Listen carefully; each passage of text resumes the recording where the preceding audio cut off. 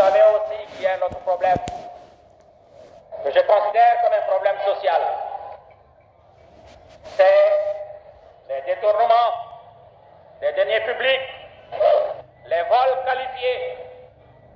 J'ai eu l'occasion il n'y a pas si longtemps de visiter la prison de Bamako.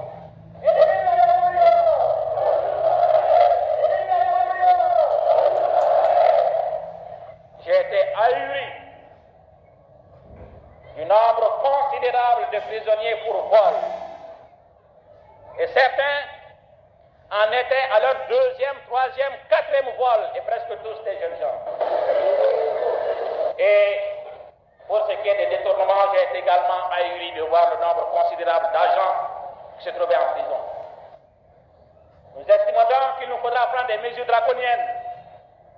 C'est pourquoi le SNDR, dans l'une de ses dernières sessions, a arrêté un certain nombre de mesures. C'est que tout agent qui aura détourné les deniers publics sera immédiatement appréhendé et envoyé dans le nord, dans des chantiers, avant même son jugement. Tous ces biens immédiatement confisqués. Et après sa condamnation, si la confiscation de ces biens n'arrive pas à couvrir le préjudice causé à l'État, même quand il aura terminé sa peine, il sera retenu là-bas, donc loin de sa famille, pour travailler jusqu'à extinction du préjudice total causé à l'État.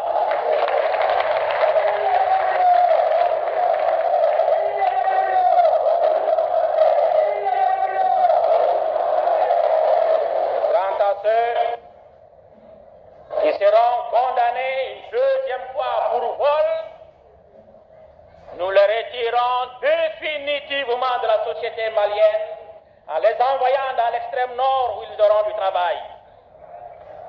Ainsi, n'ayant pas la possibilité de fuir, ils passeront là-bas le reste de leur vie. Or, nous savons que de telles mesures peuvent influer sur les familles. Donc, les familles sont invitées instamment, surtout les époux, à veiller sur le comportement de leurs époux, de leurs maris, afin que, obligés de leur appliquer ces mesures draconiennes qui seront salutaires pour la santé du pays, nous ne soyons pas sollicités par des mères en larmes qui feraient état de leur misère et de celle des enfants. Donc il vaut mieux prévenir cette situation. D'ores et déjà, il n'y aura pas de pardon, il n'y aura pas de quartier pour ceux qui tomberont sous le coup de ces dispositions.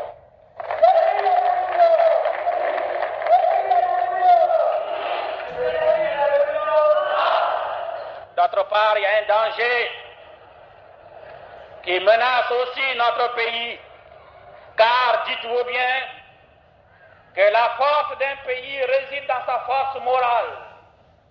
Dès l'instant que la morale d'un pays est entamée, ce pays s'est engagé dans la voie de la dégradation. Or, vous savez ce qui se passe dans nos établissements scolaires, ce qui se passe dans les quartiers. Et si les jeunes ne mettent pas un frein à cette tendance, nous risquons demain de voir à travers nos rues, dans nos villages, des filles mères qui ne trouveraient plus à se marier et qui seraient obligées, comme dans d'autres pays, de se vendre pour pouvoir vivre. Et alors, je tiens à attirer votre attention là-dessus. Il faut que les mamans soient plus sévères dans l'éducation de leurs filles. Il faut que les mamans ne poussent pas leurs filles à la recherche de toilettes dont elles n'ont pas les moyens. Car si vous poussez vos filles à chercher de belles toilettes et même à préparer leur mariage, elles seront obligées de se vendre et à ce moment les mamans emporteront seules la responsabilité.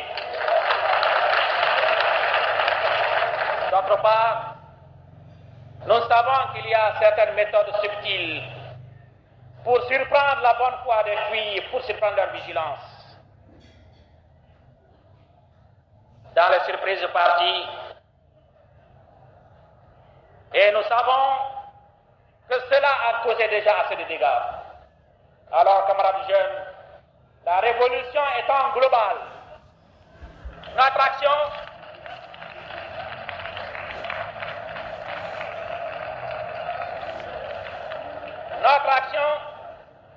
doit tendre à engager la lutte non seulement contre les pro-bourgeois, non seulement contre les réactionnaires, mais contre notre tendance à la jouissance et la licence, et qui risque de dégrader la morale de notre pays et de faire en sorte que notre jeunesse aura vieilli avant même d'avoir été totalement jeune.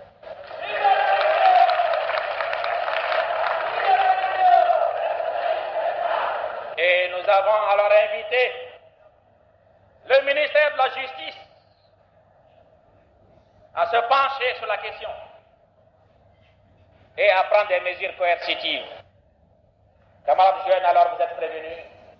Il ne faudrait pas que nos prisons puissent encore regorger, non pas de voleurs, mais de jeunes qui n'auraient pas respecté, leurs collègues filles, leurs camarades filles.